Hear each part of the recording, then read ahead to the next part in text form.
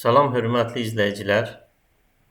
Bugün dərs cədvəllərinin qurulması üçün yaradılan EduPlan proqramı ilə tanış olacağıq.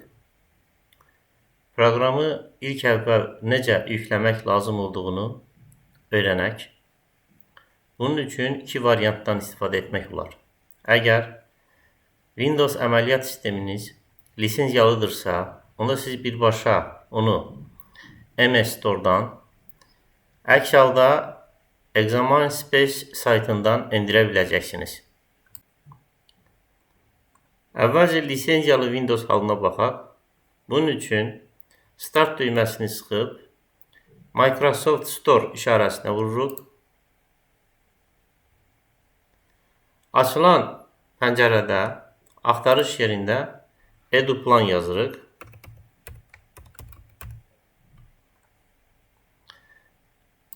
EduPlan işarəsinə vururuq. Burada proqram haqqında məlumat ala bilərsiniz. Bundan sonra install düyməsini sıxırıq. Və bir müddət gözləyəndən sonra EduPlan proqramı avtomatik olaraq sisteminizə yüklənəcəkdir.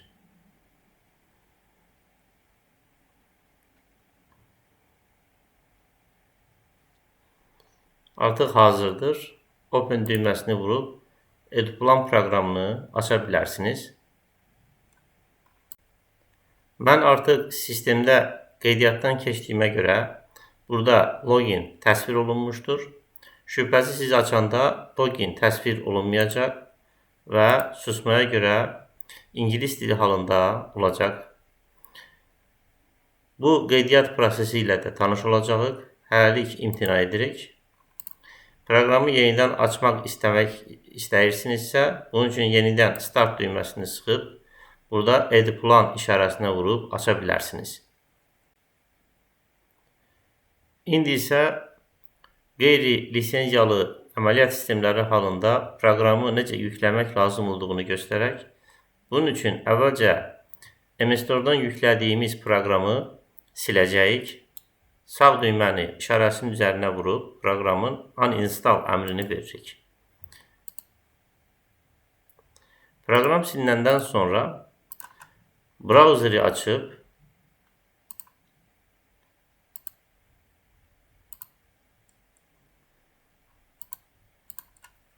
ExamInSpace saytına giririk.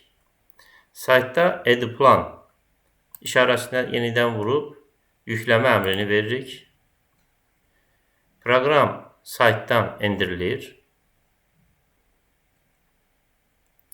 Sonradan həmin qovluğu açırıq və üzərinə 2 dəfə vurandan sonra açmaq əmrini veririk.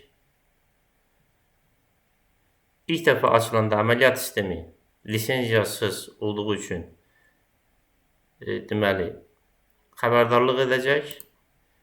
Burada More Info əmrinə vurub Run Anyway əmrini verirsiniz və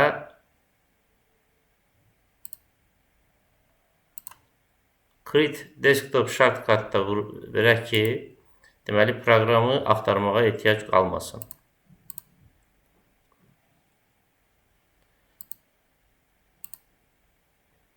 Bununla da proqramın işarəsini iş masasında görə bilərsiniz.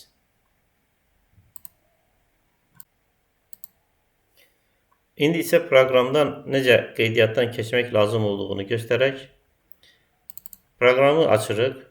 Gördüyünüz kimi hələlik heç bir qeydiyyat yoxdur. Dili seçirik və yeni istifadəçi qeydiyyatı əmrini veririk. Tam adı yazırsınız.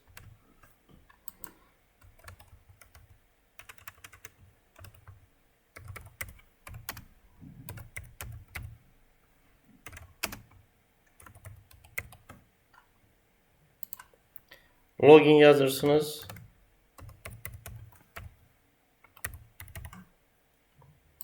Və elektron poçtunuzu yazırsınız.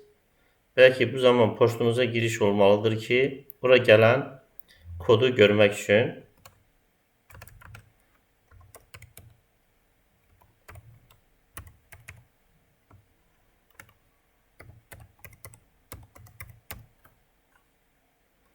Telefon nömrənizi yazırsınız və şifrə təyin edirsiniz. Eyni ilə şifrəni yenidən yazırsınız. Və bundan sonra oldu düyməsini sıxırsınız. Belə bir pəncərə açılacaqdır. Bura poçtunuza gələn kodu yazmaq lazımdır. Bu pəncərəni bağlamadan poçtunuzu açırsınız. Poçtunuza təqribən belə bir kod gələcək. Kodu kopyalayıb həmin pəncərədə kod yerinə qoyursunuz. OK düyməsini sıxandan sonra qeydiyyatınız tamamlanır. Qeydiyyat keçdikdən sonra proqrama giriş etmək lazımdır. Bunun üçün qeydiyyatdan keçdiyiniz loginlə və şifrə ilə daxil olmaq lazımdır.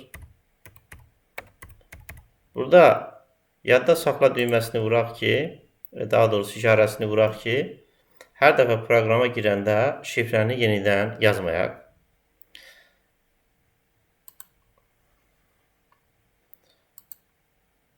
Hələlik bu qədər.